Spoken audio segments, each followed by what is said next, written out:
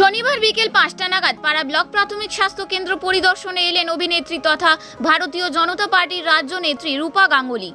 এদিন বিকেলে তার সাথে উপস্থিত ছিলেন স্থানীয় তথা পাড়া বিধানসভার বিধায়ক নদিয়ার চাঁদ বাউরি সহ বিজেপির অন্যান্য নেতৃত্বরা। এদিন বিজেপি নেত্রী হাসপাতাল চত্বর, আউটডোর পরিষেবা, মহিলা ওয়ার্ড, পুরুষ ওয়ার্ড সহ পানীয় জলের ব্যবস্থা ও শৌচালয় ইত্যাদি পরিদর্শন করেন।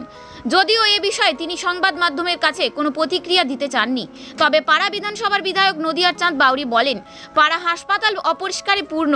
হাসপাতালের ভেতরে ছাগল ঘুরে বেড়াচ্ছে, ভালো বেড নেই, রুম থাকলেও সেগুলি অপরিষ্কার, পানীয় জলের ভালো ব্যবস্থা নেই, রোগীরা ওষুধ পাচ্ছে না ইত্যাদি বিভিন্ন সমস্যা রয়েছে হাসপাতালে।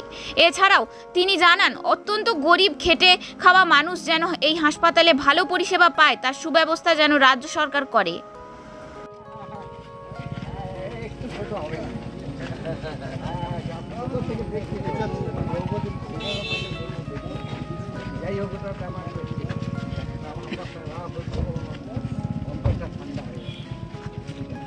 हाँ ये दिखा देखा ना पूरा बिल्डिंग गुलो ना ना कोई के যেগুলো আছে ওইটা রান্না ওই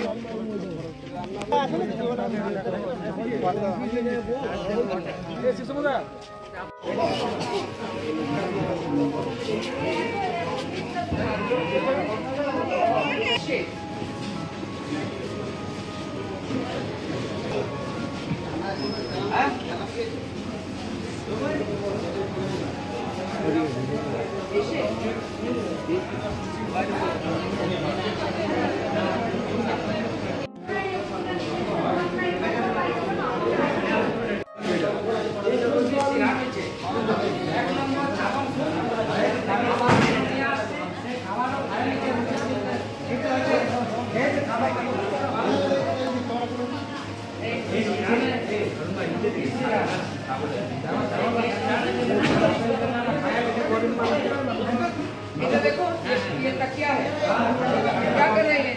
आपने बताया खाना है और ये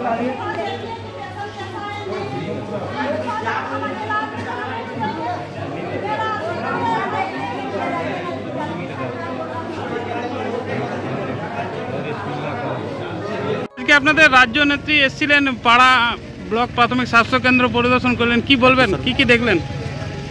দেখুন, আমাদের সবাই জানেন লোকপ্রিয় আমাদের মানে অভিনেত্রী এবং আমাদের বিজেপি নেত্রী আমাদের পাড়ার হসপিটালকে দেখতে এসেছিলেন।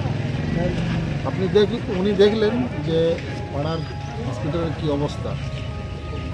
অনেক জায়গায় উনি ভিজিট করেছেন, কোথাও ছাগল দেখতে পেয়েছেন, কোথাও রোগীদের দুরবস্থা, মানে আমি সাথে ছিলাম, অপরিষ্কারের একদম মানে চিহ্ন আছে। আমার দেখুন এখনও ঝুল গায়ে লাগা আছে। তো রাজ্য সরকারের যে অবস্থা, তাতে স্বাস্থ্য অবস্থা একদম ভেঙে পড়েছে।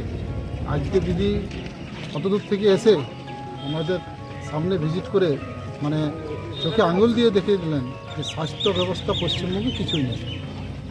আমরা যারা পাড়ার বাসিন্দা এবং আশপাশের যারা এই প্রাথমিক চিকিৎসার উপর ভরসা করি, আমরা কিন্তু এখানে কোনো সিকিউরিটি নেই যে আমরা এখানে ভর্তি হবো এবং পেশেন্টকে আমরা ঠিকঠাক করতে পারি।